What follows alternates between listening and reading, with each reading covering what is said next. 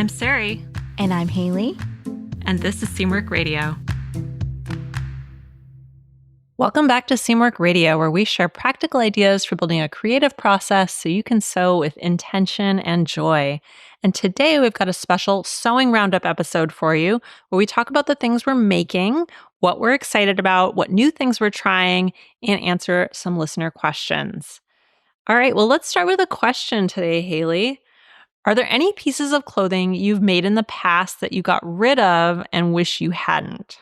Yes, I was literally just thinking about this recently. I framed a picture of Eric and I and put it in our room, and it's like a picture we took when we got engaged, and I'm wearing this really cute green seersucker like plaid dress that I made. And I was like, why did I get rid of that? It's so cute. And also it's like kind of sentimental. We did our engagement photos. I wore it. I don't know why I got rid of it. But this is the problem when you're like me and you get really stressed out by clutter and you just get rid of things as you get rid of too many things. So that's one of the many things. What about you? Oh my gosh, so many things. I was just actually what you just said reminded me of a seersucker dress that I had that I made from a 1930s pattern. I think I still have the pattern. It's bias cut and it had seersucker stripes. So the stripes made like a chevron. Oh, it was so pretty. It was shades of brown, which I love wearing brown. And I really liked that dress. And I don't know what happened to it. I guess I got rid of it at some point. But just so many things that I think back on and I wish I had kept. And I don't feel that way about store-bought clothes or secondhand clothes so much. So I'm thinking about, as I do my next closet clean out, maybe just the stuff I've made, maybe just putting it aside in a box and storing it instead of getting rid of it. But I don't know if that's just a hoarding tendency or not. So it's hard to know. Yeah, I think I was just considering the same thing, creating kind of like an archive, because I think if you have constraints on what things qualify as an archival piece in your wardrobe, then it makes sense. But I really need to start doing that. I get rid of too many things. Yeah, we have room in our shop, so we could put things in a storage bin and store them. But I don't know. I'm sensitive to the idea of hoarding too much stuff because I think most people have a little bit of that tendency to not want to get rid of things that they might want later. And I definitely do. So I just don't want to lean into that too much. But there's so many things that I have had in the past that I wish I still had. Actually, the other thing that your story reminded me of is I was looking at pictures from my sister's wedding a few years ago, and I made my outfit for that. And it was really, really pretty. It was like this kind of brownish burgundy silk with an asymmetrical top. It was like a one shoulder top and then a bias cut skirt with a ruffle. I remember that. Really pretty. I think I got rid of it just because it was one more fancy thing in my wardrobe and I don't need that many fancy things. But it was so pretty. It was just so lovely and the fabric was really nice. So I don't know. It's a conundrum. Well, if you have a question, a listener question for a future episode, you can leave it in a 5-star review on Apple Podcasts and we'll bring it into a future episode. This was a great way to start our first Roundup episode today. So I'm excited about this format. This is something new that we're trying, where we're just kind of going through some different categories and talking about what's going on with us and what we're trying and what we're working on. So I hope you guys like it. If you do, be sure to let us know in the reviews. So we'll keep doing it. Yeah, it's fun to do these little more like casual episodes from time to time. All right, I want to play a game. All right. This game is called What Would You Sew? Okay. So if you were making a trench coat today, what would you sew? Ooh, I love trench coats, especially in spring. Absolutely love a good trench coat. I think what I would do right now is, so I have my staple trench coat in my wardrobe, which is a very structured, short-ish, it's like knee-length trench coat. And, it gets the job done. But I've been thinking lately I would really like to have one of those longer, more full-length, like loose-fitting trench coats that you can kind of wrap around you. So as far as shape goes, I think I would start there, something with a little bit of volume to it and a little bit of length. And then for fabric, I've been looking for a secondhand trench coat, and the classic color is like a beige color, which is the color of the trench I already have. But I was thinking like a darker, like chocolate brown would be really, really pretty, but it's very hard to find. It's not Yes. common. So I think that's what I would do because it's unusual. So I would go with like a chocolate brown, either cotton or, cotton poly blend that's more waterproof, Mm-hmm. something like that. So that's kind of what I'm thinking about right now. What about you? I think I would also go for a slightly unusual color, but keep it neutral. Mhm.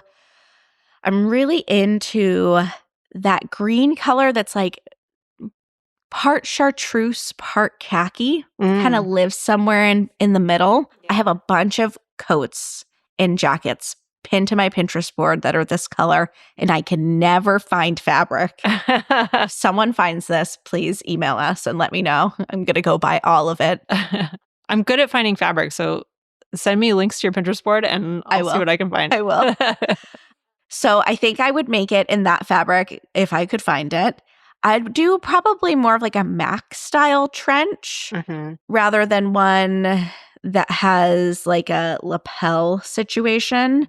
And I'd want it to be kind of like an oversized straight cut, mid calf length, longer. And I think I would go unlined because I'd Mhm. want to make it in like a cotton fabric, a twill or something like that. I think what Yeah. you were talking about, like a cotton poly blend, would be kind of ideal for something like this. Mhm. What about like storm flaps and things like that? Yeah, I don't think I would do a storm flap on this one, but I do have a jacket saved to a mood board somewhere that has these kind of like collar tabs Mhm. where there's a tab that is fat, like underneath the collar is what it appears to be, that you can like, once you button it up, if you button it all the way up, kind of an extra little piece. But I Mhm. think it looks kind of cool, like little dangly bits when it's Yeah. undone. I think I would do tabs on the back waist, adjustable ones with buttons, so I could give it a little cinch if I wanted to. I think those are some of the details I would be going for. What about you? Yeah, I'd probably go with a storm flap and raglan sleeves Ooh, just to give it nice a little bit choice. more softness about Uh-huh. the shoulders. I really like that as well. And definitely tabs on the sleeves. I like it when trench coats have kind of a cinched effect of the sleeves. It's almost like a little bell at the Yeah. end of the sleeve. Those are the details I would want to do. A lot of the vintage ones I come across, like vintage London fog trenches, have a zip out lining or a button in Mhm. lining. I think that's nice because it makes it more versatile. You can take out the lining for spring, put it back in when it gets a little bit colder in the fall and Yeah. use it a little bit longer. So that's nice too. I have a vintage London fog trench, and you can tell that it used to have a button-in lining, but it somewhere along the line, Mhm. they departed. They Yeah. parted ways. Somebody didn't want it anymore. But that would be really nice. So, yeah, I've been thinking a lot. The other detail that I've been seeing in not just trench coats, but a lot of spring coats, car coats, that kind of thing that I really like. You'll see this on like barber coats is the underside of the collar or the little details like that in like a plaid, Oh, yeah. which I just think it's such a nice little pretty detail. You can even flip up the collar if it's raining and have that really cool little detail. I love, like, little hidden touches like that. Yeah. So I think Barber is a great brand, like a really classic heritage brand to look at for those little details. Oh, I thought of one more thing I would do. I would definitely do, because it's unlined, I would do a Hong Kong finish on the seams. Oh, yeah. And I think I would do, like, red or something because I think it would look really good with that green. Yeah, that would be really, really cool. I have a ret jacket that I did a Hong Kong finish on the inside in a black and white gingham. The jacket's a white or a cream color bull denim, like a natural bull denim. And then I did a black and white gingham bias binding on the seam finish on the inside. And it just makes me happy every single time I see it. It's just such a wonderful detail to add to your unlined jackets. I absolutely love that. So that's a great idea. What are you sewing right now? And what are you excited about sewing next, too? Okay, so right now I'm making a pair of blue linen Joss pants, which I'm kind of treating as a wearable muslin.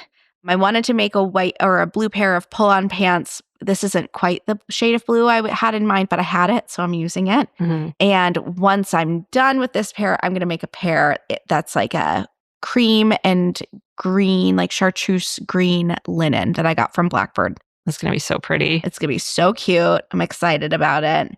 So those are the two things on my sewing queue right now. What about you?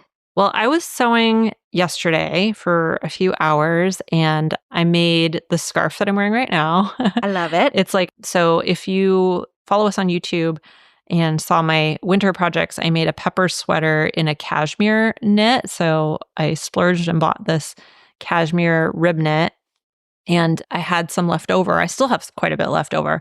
So I decided to make like a little kerchief scarf out of it. And it came out so cute. It took me about half an hour. It's just like a big triangle. I hemmed the edges and then I did a shell tuck hem. So it's got like a little bit of subtle scalloping around the edges. And it is so adorable. I can wear it on my head to keep my head dry on dog walks, or I can loop it around my shoulders like I have right now, or put it on the outside of my jacket for a little color. It's so cute. I did that and then I made a pillow last night with the leftover Sherpa from my Sherpa jacket project. And then I also cut out my next project, which is my Chelsea jeans, which I'm so excited to make. I'm making them in a dark denim, like a really dark denim. Oh, nice. And I'm gonna modify the leg again. So last time I made them in corduroy and I modified the leg just to make the flare come up a little bit higher. Mm-hmm. And I'm going to do that again because I just absolutely love those pants. I think they look so cute and they fit so well. So I'm going to do that in dark denim. I'm still debating about the top stitching, if I want to do the classic like gold, yellow top stitching, or if I want to do a navy top stitching that's a little bit more subtle and it might look a little bit dressier. So I haven't decided. What do you think? Do you have hardware in mind? I haven't bought hardware yet. Okay. I think I might have some gold tone buttons already though that I could use, rivet buttons. I think that if you do navy, do nickel. Mm-hmm. And if you go gold top stitching, go with the gold button, the gold tack buttons. I just can't decide. I think they'd both look so good. I think you go navy. Yeah. That's my 2 cents. I can see that. I'll have to get some navy top stitching thread.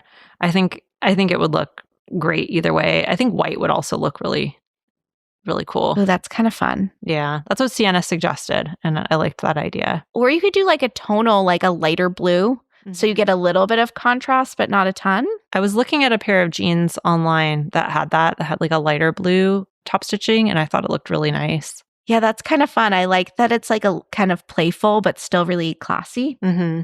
Maybe I'll do that. I'll have to stop at the fabric store and get more thread. So that's on my sewing table right now. And then I'm going to be working on, I'm not sure what I'm going to do next. Probably my Everly skirt, because I would like to do a quick project after that. So that's a bias cut short skirt. And I'm doing that in a black silk.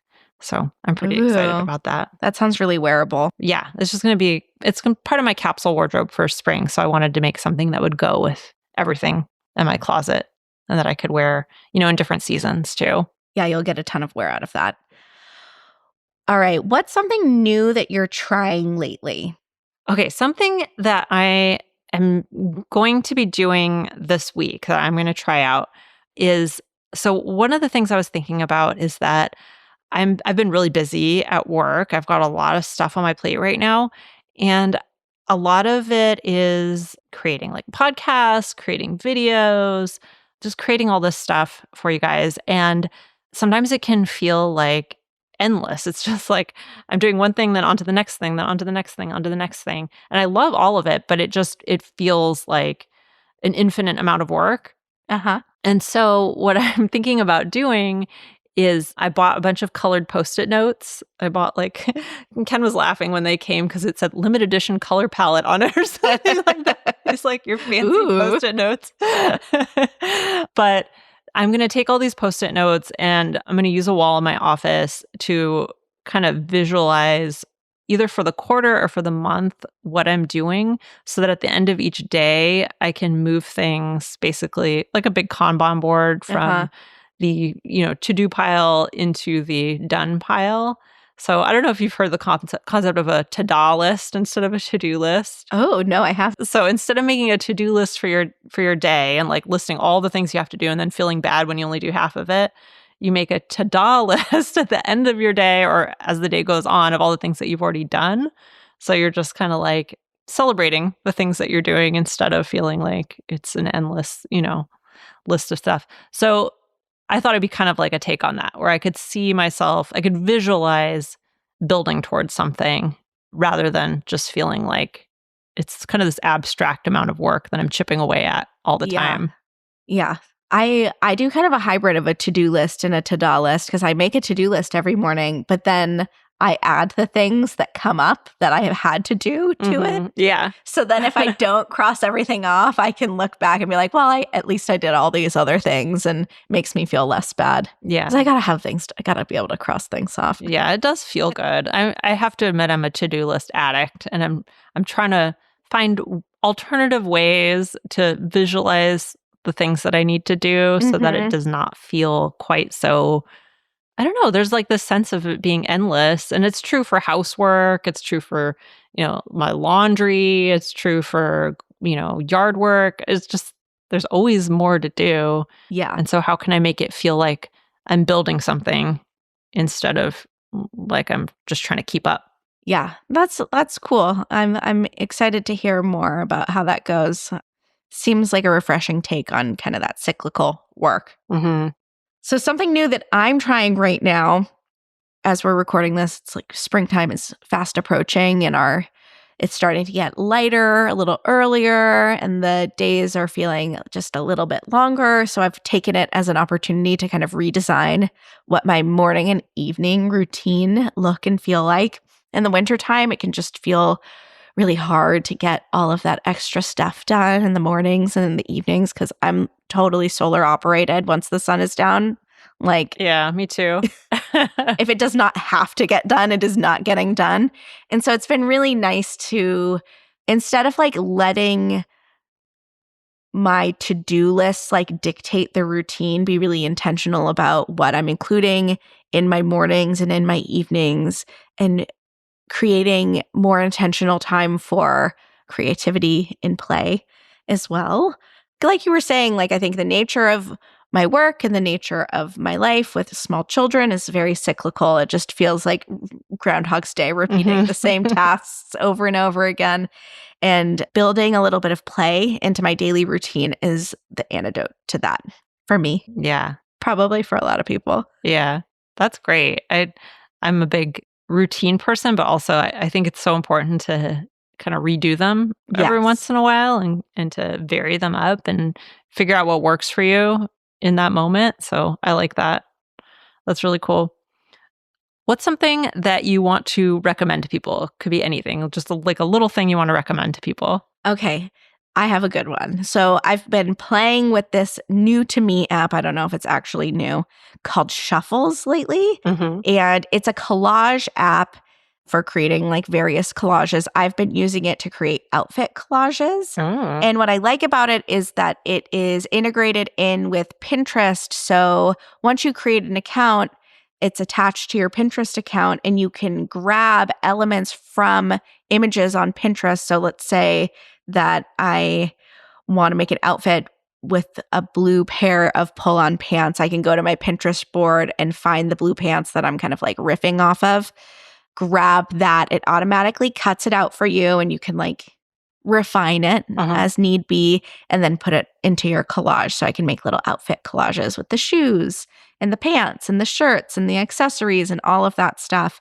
And it's been a really useful tool for refining my sewing queue as I come up with my summer sewing plans because what I'm doing is just creating like a ton of different outfit ideas. And then I can go back and see, like, okay, these pants appeared like 5 different times. So that tells me that I probably should make them. It's been Uh-huh. kind of a fun tool to like play with and is cool to replace your like scrolling time with something Mhm. like that feels kind of fun and creative. Yeah, that's really cool. I'm doing something kind of similar, but I want to check that out because I like the idea of making collages that incorporate all kinds of different stuff. I'm using the Indyx app. I don't know how you say it. It's INDYX, I think. Mhm. But it's specifically for cataloging your wardrobe and making outfits with what you already have.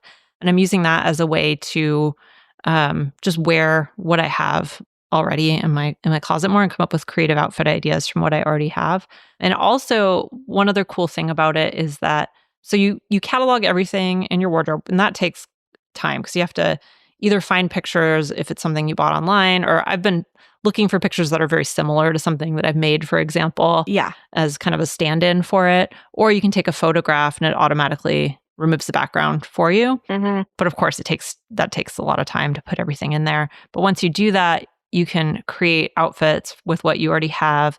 And then it adds them to a calendar so you can actually see how often you're wearing things, which Oh. is kind of cool. It tells you how many times you've worn it. So I think that's really fun. And it's kind of got me thinking about what I actually wear versus what I have and what I want Mhm. to wear. So that's been really, really fun. But I like the idea of just collages that hook into Pinterest and you can kind of make new ideas Yeah. based on that. So Yeah, that's you really can fun. look through all of your pins, and they also have, like, a catalog, so if I'm, like, looking for, like, a ivory crochet bag, I can search that and it'll come up. Yeah. I'm glad that there are some apps like this now because Polyvore used to be the app for this and then Uh-huh. it went away. So I always thought that was a really fun app. Yeah, it's really fun to play with. I'm glad that there's substitutes now too. Yeah. Well, the thing I want to recommend has nothing to do with sewing or clothing or anything. It's a random recommendation, which is the podcast that I've been obsessed with lately, which is called the Tooth and Claw podcast. I'm hoping we have some other listeners out there because I just love this podcast. It's ostensibly about animal attacks. So I first of all, I love animals. I'm a big animal lover. And second of all, I like to spend time outdoors and I like to go hiking and camping and backpacking. And a lot of it is about bears because one of the podcast hosts is a bear expert. So a lot of it is about bear attacks. And you learn a lot actually, just not just about the animals, but also about how to not do things that might antagonize the animals into an attack. So I've learned that bear spray is very, very important Uh-huh. if you're in bear country, among other things. And I've just learned a lot about animals generally. And also the three gentlemen who are hosts are really funny. And it's just hilarious to listen to also. So and they're kind of nerdy and just fun guys. So My stepdad is really big into mountain biking, and he lives in California, and he wanted some bear spray, but the kind of bear spray that he wanted is, I guess it's illegal in California. You can't buy it. uh, He bought it and sent online and sent it to me and made me mail him this illegal bear spray. Nobody report me. I don't want to be in trouble. um, but it was, yeah, I had never come in contact with bear spray before that. It's a large can. yeah. Well, you need they're large animals. They're large animals, but I'm like, where are you keeping this on your person when you're yeah. mountain biking? It is important, and you can use it if you encounter other animals Or humans, I guess. or humans. Yeah. Yes, because I live out in the country, and we take our dogs for a walk. There are no bears. Well, there are bears, but they're not really around. They're not really dangerous.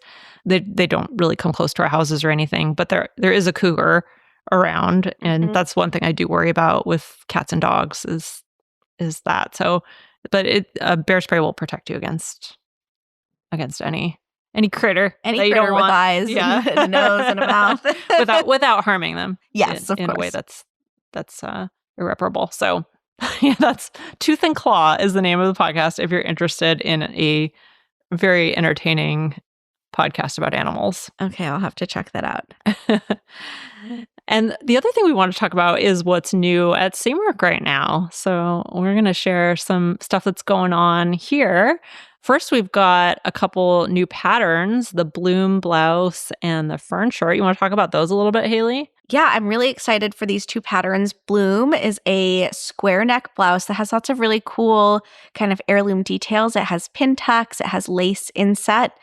There's a yoke and there's a place to inset lace or ladder trim, which are just like two details that I really love and you don't really get to use very often. I think a lot of times you have to engineer them yourself into patterns, which I think can be a little bit of a roadblock for people. So I wanted to create something where the seam allowance and the width of the trim was all accounted for, so it could be a really nice entry level into those heirloom details. Mm-hmm. And then we have the fern shirt, which is a button-up shirt, has raglan sleeves and a gathered neckline that gathers into a band collar.